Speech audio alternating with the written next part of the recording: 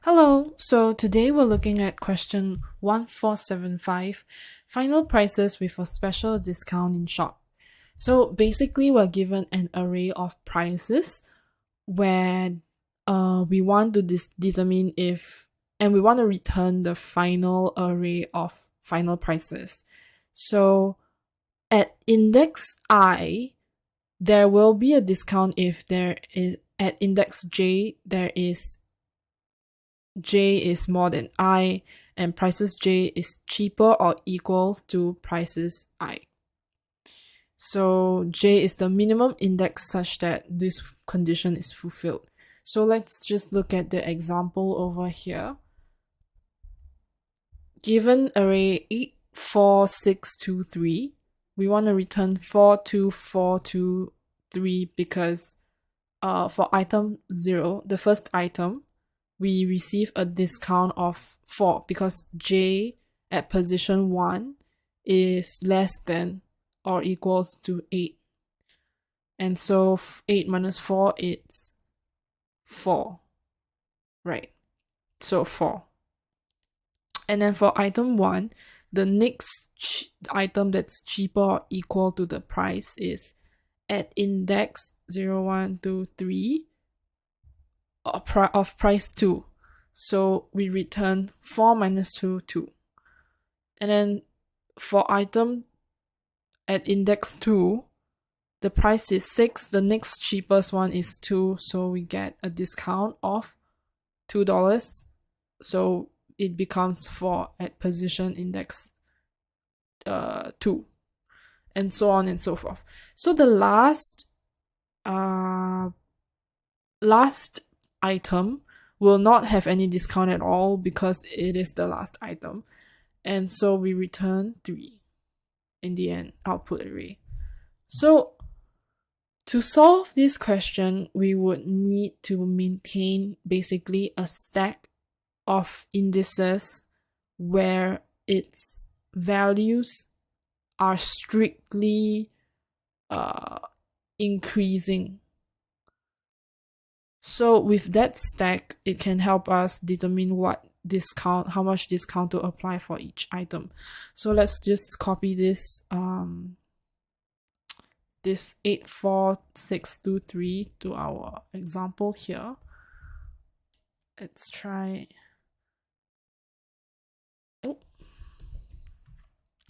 8, 4, 6, 2, 3. Right. So what we can do is maintain a stack. Oh, whoops, that was horrible. Okay. While the stack is not, so the intuition here is such that we want to maintain a stack where the top element is the whenever we look at each element, the top element is the kind of like closest one that fulfills the condition of it being the, okay, let me rephrase that. So we want to maintain a stack such that the top element is the element that is, when compared to the next price, is more than the compared price.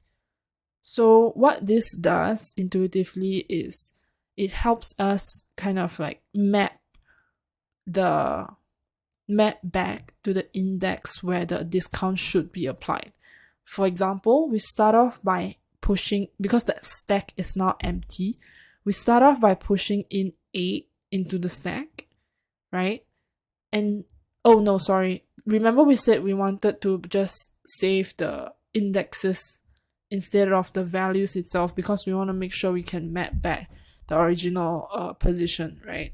So index 8 is at position 0, index 0. So we push 0 first. And then we move on and look at this element 4. So we compare 4 and 8. We compare this let's call this temp stack. We compare this temp stacks, temp stack at position 0. Wait, sorry. We compare this P array prices, P array at 0 if this one is more than or equals to our current element 4.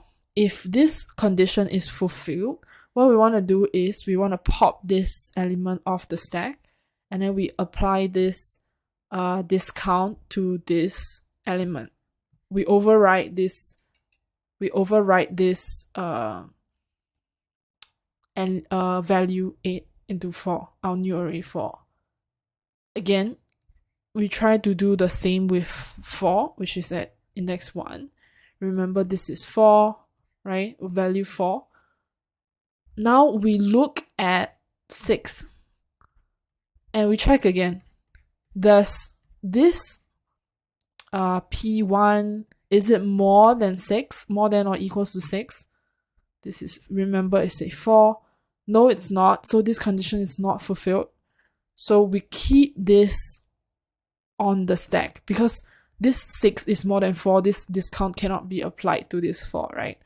So what we do is we push it onto the stack, this 2. And we continue again. Now we're looking at this element 2. Now we look at the top of the stack. Is this at index 2, is it 6? Is 6 more than 2? Yes, it is, right? So what we do is we replace this 6 in the original array with 4. The difference of 6 and 2.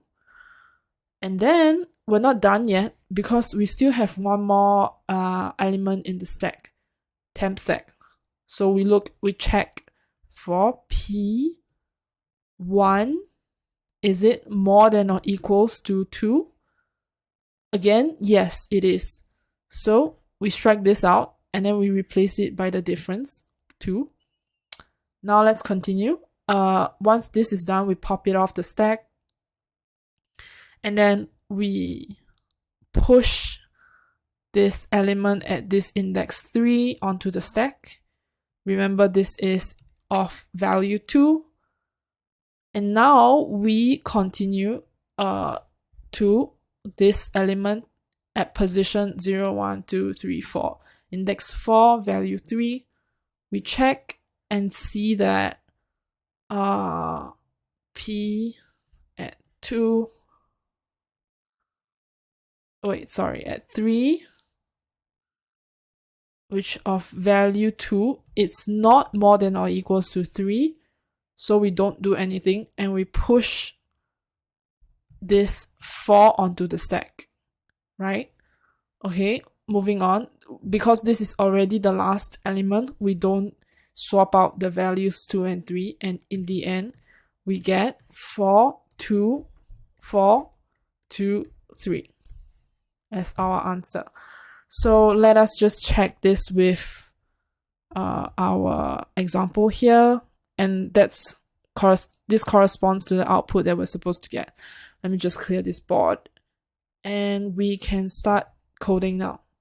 So as explained in the example above, earlier, we want a temp stack, empty temp stack, right? And now we want a for loop that gives us the indexes of prices, right? So we want for I price in price enumerate prices.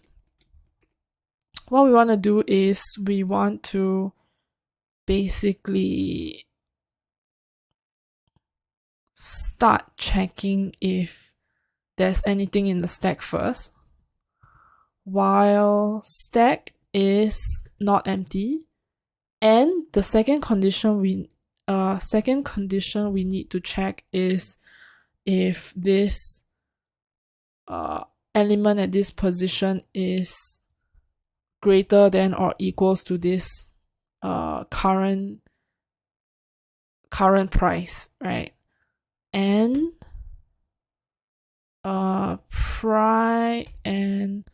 prices temp stack, the topmost element, if it is more than, hang on, let me bring this up again. If it's more than or equals to our current price, while this is true, what we want to do is we want to pop things off our stack and then use that popped value and use that popped value, that the pop value is which index position we want to edit, right? So index to edit is temp stack dot pop. Okay, so we popped it off, and now we want to edit the prices. Index to edit is minus equals to this current price. So once, and okay, so what if this stack is false or if this condition is not fulfilled? What we want to do is we want to push onto this stack, right? So we can do something like to push on this stack, we just use append.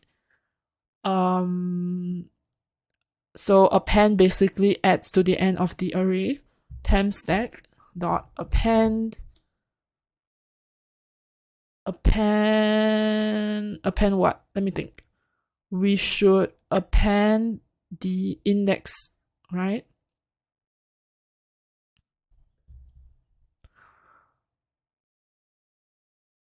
Okay, let's try this.